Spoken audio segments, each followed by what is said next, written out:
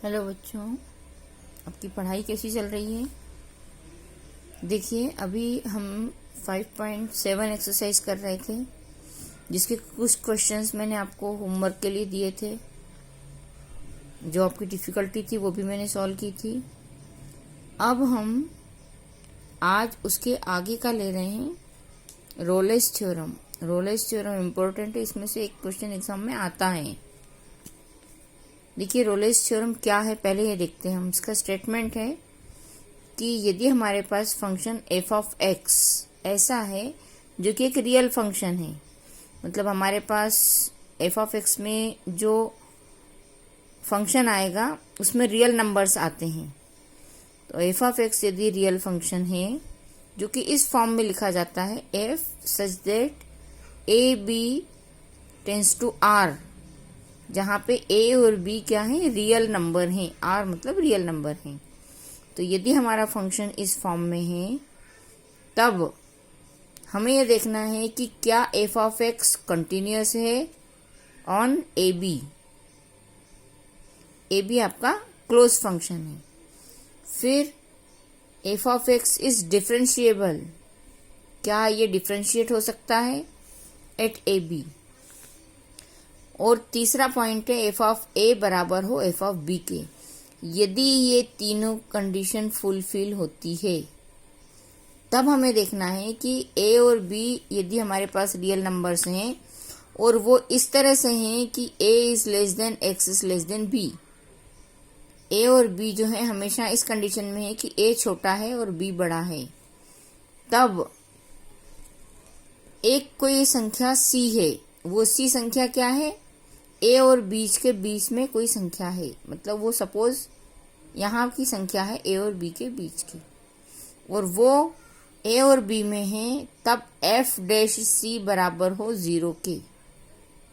और F dash सी बराबर 0 के, यहाँ से हम सी की वैल्यू भी फाइंड करेंगे। तो रोलेस थ्योरम कहती है कि यदि हमारे पास कोई रियल फंक्शन है, वो फंक्शन कंटिन्यूअस हो, डिफरेंशिएबल हो, और ए और बी की वैल्यू जो आती है फंक्शन में, ए और बी की वैल्यू यदि इक्वल आती है, तब वो फंक्शन जो है कैसा होगा कि डिफरेंशिएशन करने के बाद उसकी जो वैल्यू है वो 0 के बराबर आए, तो अब हमको सी किसी पॉइंट की वैल्यू मिलेगी और वो वैल्यू उसको सेटिस्फाई करती है। ठीक है। और सी कहाँ होगा, ए और बी के बीच में कोई संख्या है और वो संख्या भी रियल नंबर है। यहाँ पे बुक में आपको कुछ ग्राफ भी दिए गए हैं, उन ग्राफ से भी आप सी की पोजीशन समझ सकते हैं। तो ये देखिए, ये जो ग्राफ्स हैं, ये ग्राफ इस तरह से दिया गया है आपको बुक में। आपको ये एकदम क्लियर डेफिनेशन नहीं थी, इसलिए मैंने आपको डेफिनेशन अलग से लिख के बताई है। ए और बी कोई रियल नंबर है, और ए और बी का जो फंक्शन है एफ ऑफ एक्स फंक्शन से ये हमने कर्व बनाया है, या ये पोजीशन पे कर्व बनता है, तो हमारा जो पॉइंट है सी, वो यहाँ मिल रहा है हमको ए और बी के बीच में कहीं, और ये जो है पॉइंट वो यहाँ पे इसको शो कर रहा है। और ये आपकी इस तरह से रोलेस थ्योरम प्रूव होती है। अब हम देखेंगे कि हमें कैसे पता चलेगा कि फंक्शन कंटिन्यूअस है, डिफरेंशिएबल है। तो हमने कंटिन्यूटी जब पढ़ी थी, कंटिन्यूटी में हमने पढ़ा था कि जितने भी पॉलिनोमियल्स फंक्शन होते हैं वो सब एक्स के किसी भी मान के लिए, पॉलिनोमियल्स के जो फंक्शन होते हैं वो कंटिन्यूअस होते हैं। पॉलिनोमियल्स आप लोग समझते हैं, जो हमारे पास में लीनियर इक्वेशन है, क्वाड्रेटिक इक्वेशन है, क्यूबिक इक्वेशन है, वो सारी इक्वेशंस पॉलिनोमियल्स के फॉर्म में होती हैं और वो सब कंटिन्यूअस होती है। कंटिन्यूटी में हम ये चीज़ पढ़ चुके हैं। ऐसे ही हमने पढ़ा है sine x, cos x, e to the power x के सारे फंक्शन जो होते हैं वो कंटिन्यूअस होते हैं। लॉग एक्स का फंक्शन जो होता है वो भी कंटिन्यूअस होता है, जहाँ पे एक्स की वैल्यू जो है 0 से बढ़ के होती है, 0 से बड़ी होती है। अब ये हमें कहाँ काम आएंगी, ये सारी चीज़ें काम आएगी हमें क्वेश्चन को सॉल्व करने में, कि यदि कोई पॉलिनोमियल दिया है तो आप बिना किसी उसके प्रूव करके लिख सकते हैं कि कंटिन्यूस फंक्शन है, साइन कॉस का फंक्शन है तो फंक्शन कंटिन्यूस है, लॉग एक्स का फंक्शन है तो कंटिन्यूस है। लेकिन देखिए यदि tan x का फंक्शन आता है तो हम कहेंगे कि वो कंटिन्यूस नहीं है, वो डिसकंटिन्यू है। ऐसे ही मॉड x का यदि फंक्शन है, मॉड x में कब जब x की वैल्यू 0 आ रही है तो अब ये डिफरेंशिएबल नहीं है। यदि फंक्शन कंटिन्यूस है और डिफरेंशिएबल नहीं है तो भी हमारी रोलेस थ्योरम वहां पे प्रूव नहीं हो पाएगी। ठीक है, तो हमको ये भी देखना है कि डिफरेंशिएबल फंक्शन है या नहीं है। मतलब x तो आ रहा है लेकिन x की वैल्यू 0 आ रही है, मॉड x के फॉर्म में आ रही है, तो हम कहेंगे कि ये डिफरेंशिएबल नहीं है।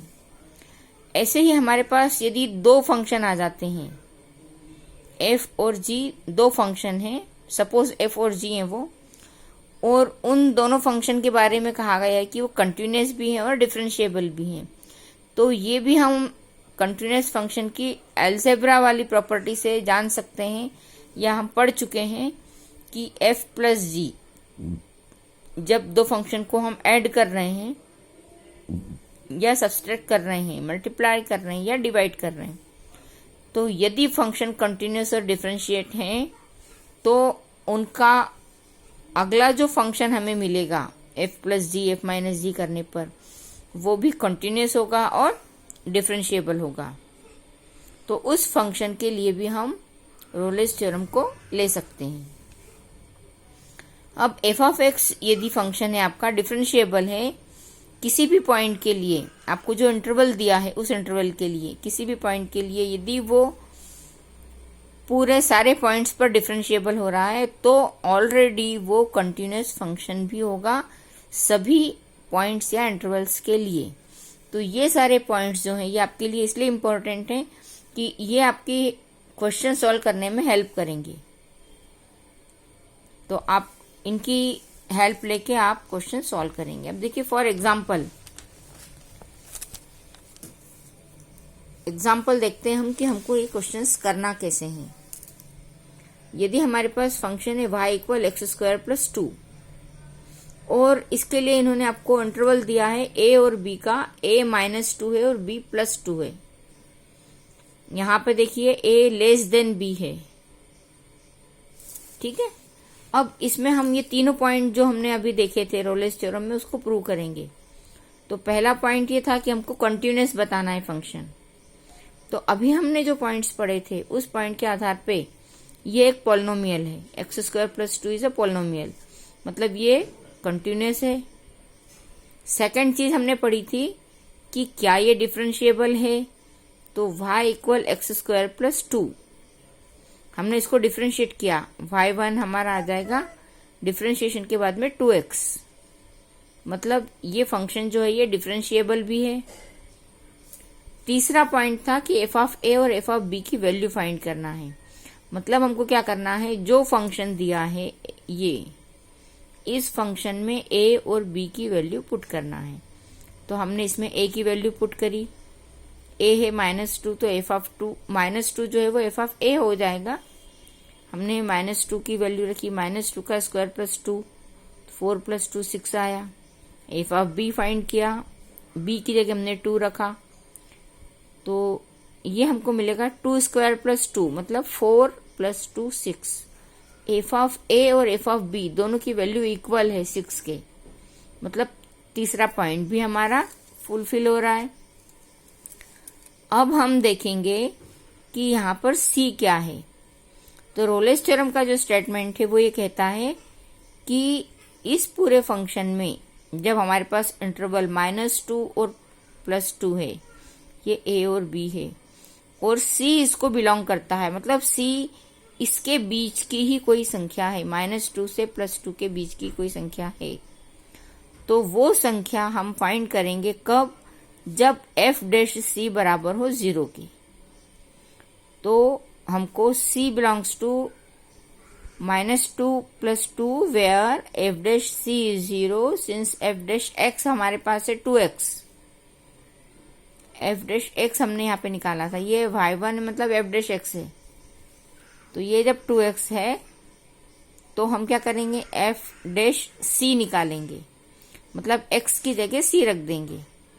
तो x की जगह c रखेंगे तो 2x बराबर 0 है, तो 2c बराबर 0 हो जाएगा, और इससे हमको मिलेगा c की वैल्यू 0।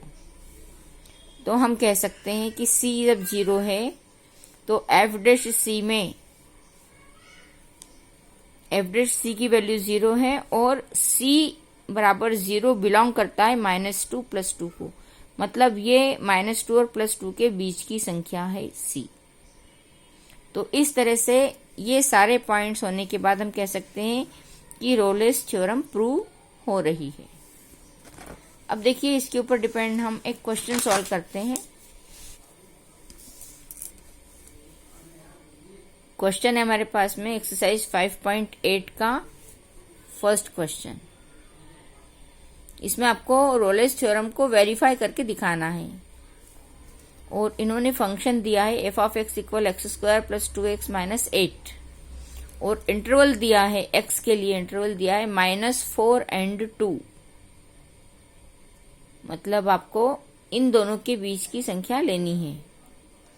तो सबसे पहले हम देखेंगे कि क्या फंक्शन कंटिन्यूअस है, क्या फंक्शन डिफरेंशिएबल है, क्या f ऑफ a और f ऑफ b बराबर है। 3 पॉइंट हमको लेना है। अब देखिए तीनों पॉइंट्स के लिए पहला पॉइंट है, फंक्शन दिया है हमको f(x) = x² + 2x - 8। तो हम कहेंगे कि ये फंक्शन जो एक पॉलिनोमियल है, और every polynomial is a continuous function. तो ये पॉलिनोमियल जो है कंटिन्यूअस है, इसलिए ये फंक्शन हमारा कंटिन्यूअस है। सेकंड, हम इसको डिफरेंशिएट करके देखेंगे क्या ये डिफरेंशिएशन इसका हो रहा है। f(x) = x² + 2x - 8, then f(x) = 2x + 2। x² का डिफरेंशिएशन 2x और 2x का हो जाएगा 2, मतलब ये डिफरेंशिएबल भी है। Third point, f of a और f ऑफ b फाइंड करेंगे। f ऑफ a की जगह हम रखेंगे -4। f ऑफ a है f -4, जहां जहां x है वहां वहां हम -4 रखेंगे। -4 का स्क्वायर प्लस -4 × 2 -8 यहाँ पे रखा। तो -4 का स्क्वायर 16, 4 × 2 -8 और -8, तो इसका रिजल्ट आया है 0। f ऑफ b, यहाँ पे हमने b की वैल्यू रखी है 2। b इक्वल जब हमने 2 रखा तो इस वाले पॉलिनोमियल में x की जगह 2 रखने पर 2² + 2 × 2 -8, तो हो जाएगा 4 + 4 -8 = 0। अब देखिए f ऑफ a और f ऑफ b दोनों इक्वल होना चाहिए। f ऑफ a हमारा f -4, f ऑफ b हमारा f ऑफ 2, दोनों का रिजल्ट आया है 0 के इक्वल। तो ये दोनों इक्वल हैं। यहाँ पे रोलेस थ्योरम में हमारी 1, 2 और 3 तीनों कंडीशन फुलफिल हो गई है। अब क्या करना है हमको, रोलेस थ्योरम का स्टेटमेंट जो है उसके अकॉर्डिंग हम कहेंगे कि C बिलोंग्स टू -4 और 2।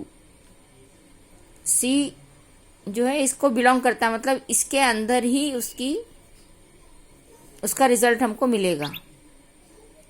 तो यहाँ पे हमने f'(c) निकालना है। f'(c) बराबर है 0 के, और f'(c) कैसे निकालेंगे हम, f'(x) है हमारे पास 2x + 2, जो हमने यहाँ डिफरेंशिएट करके देखा था। तो f'(x) बराबर है 2x + 2 के, और रोलेस थ्योरम के अकॉर्डिंग इसको हमको 0 के इक्वल रखना है। जहां x है वहां पे हमने c रख दिया, f ऑफ x की जगह f ऑफ c, यहाँ पे x की जगह c। तो f'(c) इक्वल है 2c + 2 के, और इसको हमको 0 के इक्वल रखना है।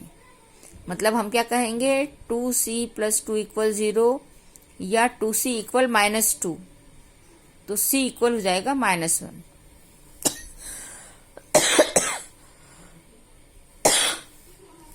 सॉरी, c की वैल्यू हमको मिली है -1। -1 बिलोंग करता है -4 and 2 को। देखिए c इक्वल -1 आया है और -1 बिलोंग करता है -4 और 2 को। मतलब c की जो वैल्यू है इन दोनों के बीच में कहीं है, इसकी लिमिट को पार करके नहीं है। मतलब हमारा जो f'(c) बराबर 0 हम लेते हैं तो वो कहाँ आ रहा है, c इक्वल -1 पे। ये इसका सॉल्यूशन है। अब आपको क्या करना है, अगला क्वेश्चन जो है वो इसके ऊपर बेस्ड आगे हल करना है। आपको इस थ्योरम को समझने में, इसको सॉल्व करने में यदि कोई डिफिकल्टी है, कोई प्रॉब्लम है, तो आप उसको आराम से पूछ सकते हैं।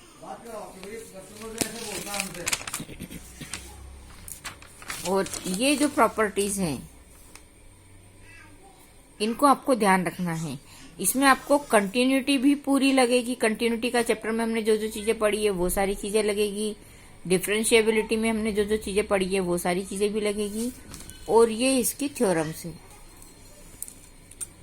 रोलेस थ्योरम जो है इसको एक बार हम रिवाइज कर लेते हैं एक बार फिर से कि क्वेश्चन में हमको क्या क्या करना है। ये बहुत ही इंपॉर्टेंट थ्योरम है, इसके ऊपर डिपेंड एक क्वेश्चन कम से कम आता ही है एग्जाम में। तो रोलेस थ्योरम कहती है यदि हमारा फंक्शन f ऑफ x कोई रियल फंक्शन है जो कि इस तरह से है f such that a b tends to r, जहां पे a b कोई रियल नंबर है, तब f(x) is continuous on a b, f(x) is differentiable at a b, और f ऑफ a बराबर हो f ऑफ v के, और वहां पे f'(c) बराबर होगा 0 के, तब c जो है वो एग्जिस्ट करेगा a b में। एग्जिस्ट करेगा a b में मतलब c की वैल्यू a और b के बीच में कहीं आएगी। अब देखिए इसके जो कुछ ग्राफ्स हैं ये मैंने आपको कुछ अलग अलग बुक्स से भी दिखाए हैं, क्योंकि हर बुक में बताने का तरीका कुछ अलग हो जाता है। तो यहाँ पे देखिए ये ग्राफ, ये आपको भी जो बताया था वही ग्राफ है। यहाँ पे इसकी वैल्यू यहाँ मिल रही है, ये जो पॉइंट आता है यहाँ पे कहीं आएगा ये, और ये वाला जो ग्राफ है इसमें आपको जो वैल्यू मिल रही है वो यहाँ कहीं मिल रही है। इसमें आपको c की वैल्यू जो मिलेगी उसके ये जो पॉइंट्स हैं इसके आधार पे हमको निकालना पड़ेगा। फिर हमको देखना पड़ेगा कि फंक्शन आपका कंटिन्यूअस है क्या है। तो जब इस तरह के क्वेश्चंस आएंगे तब हम इसको देखेंगे।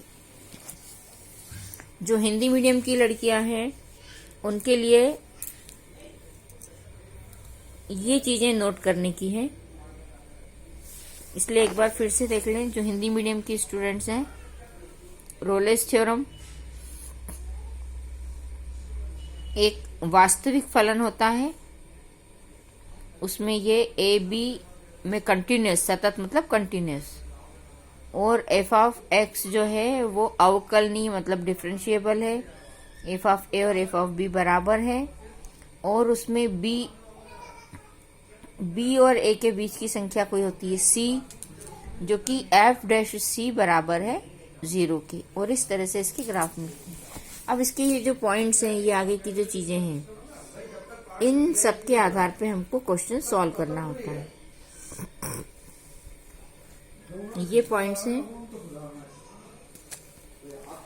अब देखिए कल हम जो करेंगे उसके लिए ये वाली थ्योरम है, इसको बोलते हैं लेंग्राज की मध्यमान प्रमेय या लेंग्राजेस की मीन वैल्यू थ्योरम। इसको आप पढ़ के रखना। इसके जो पॉइंट्स हैं, इसकी जो चीजें हैं, वो भी आपकी रोलेस थ्योरम से मिलती हुई हैं। अब क्वेश्चन जब पूछा जाता है तो आपको ये देखो सब कुछ समानता है इसमें। इसमें इन्होंने यहाँ पे एफ डैश सी को सिर्फ इसके बराबर दिया है, इसके अलावा कुछ भी अंतर नहीं है। तो क्वेश्चन जब सॉल्व करोगे, यदि आपसे रॉलेस थ्योरम का पूछा जाए तो आपको एफ डैश सी को 0 लेना पड़ेगा। ये एफ डैश सी को 0 लेना पड़ेगा। लैग्रेंज थ्योरम में हमको क्या करना है, एफ डैश सी को F of B minus F of A upon B minus A लेना है और फिर हम उसको सॉल्व करेंगे तो हमको कुछ अलग रिजल्ट मिलेगा। तो आपको ये वाला पार्ट जो है इसका समझ के रखना है, पढ़ के रखना है और आप नियमित रूप से और जितना पढ़ाया जाता है उसको उसी दिन पढ़ेंगे तो आपको पूरा अच्छे से समझ में आएगा। और जो पढ़ाया जाना है उसको पहले से थोड़ा सा पढ़ के रखते हैं ये पूरे को, तो आपको और अच्छे से समझ में आता है कि हमने जो पढ़ा था उसमें ये प्रॉब्लम थी और अब जो सवाल हो रहा है उसमें ये दिक्कत आ रही है। मैं आपको एक से ज्यादा बुक की हेल्प लेकर और इन चीजों को बताती हूँ ताकि आपको अच्छे से समझ में आ जाए। देखिए यहाँ पे आपको हम जो अगली थ्योरम पढ़ने वाले हैं, इंग्लिश मीडियम के बच्चे देखेंगे मीन वैल्यू थ्योरम। अब इसमें जो मीन वैल्यू थ्योरम है उसमें इन्होंने मैथमेटिशियन का नाम नहीं दिया है, लेकिन बुक में कभी कभी पूछी जाती है, इसलिए मैंने आपको उस बुक से बताया है कि मीन वैल्यू थ्योरम क्या होती है। इसमें भी आपका फंक्शन कंटिन्यूस होता है, डिफरेंशिएबल होता है और F dash C is F of B minus F of A upon B minus A के बराबर होता है। इसको एम वी टी इस तरह से शॉर्ट फॉर्म में भी लिखा जाता है। अब देखिए यहाँ पे ये डायग्राम देखिए, इस तरह से जब कर्व बन रहा है ए और बी के बीच का, तब ये मिडिल पॉइंट सी जो है ये एफ ऑफ सी आ रहा है। ठीक है, तो आप इसको और आगे तक पढ़ के रखें और जो क्वेश्चन मैंने दिए हैं इसके ऊपर डिपेंड क्वेश्चंस हैं आपके, जो आपको करके रखना है। वो देखो आप, आपका क्वेश्चन नंबर 2, क्वेश्चन 2 के 3 पार्ट्स हैं, ये आपको करना है। और क्वेश्चन 3, 2 और 3 आप खुद करके रखेंगे और उसके बाद जो हमने ये सारे पॉइंट्स लिए हैं और इस तरह से मैंने आपको 2 क्वेश्चन बतला दिए हैं। तो क्वेश्चन 1 अपन ने कर लिया है, 2 और 3 आप खुद करेंगे और करने के बाद आप मुझे कॉपी की फोटो भेजेंगे। आप कॉपी की फोटो भेज रहे हैं, इसी से समझ में आता है कि आप पढ़ाई कर रहे हैं। तो आप अपनी कॉपी की फोटो भेजें और जो 2 क्वेश्चन मैंने दिए थे पिछली एक्सरसाइज के, 3 दिए थे, 3 में से 1 आपने पूछा था तो मैंने आपको करके बतलाया था। तो आप बाकी के जो 2 क्वेश्चन है उनकी फोटो खींच के मुझे भेजें और जो क्वेश्चन मैंने करवाया था वो आपको समझ में आया या नहीं आया ये बताएं। तभी अपना पढ़ना और पढ़ाना सार्थक होगा। और हर लड़की की कॉपी की फोटो मुझे चाहिए। यदि आपको कुछ पूछना है तो आप ग्रुप पे अपना क्वेश्चन लिख के भेजें या आप वॉइस मैसेज में भी बोल सकते हैं कि आपको क्या डिफिकल्टी है, आप क्या पूछना चाहती हैं।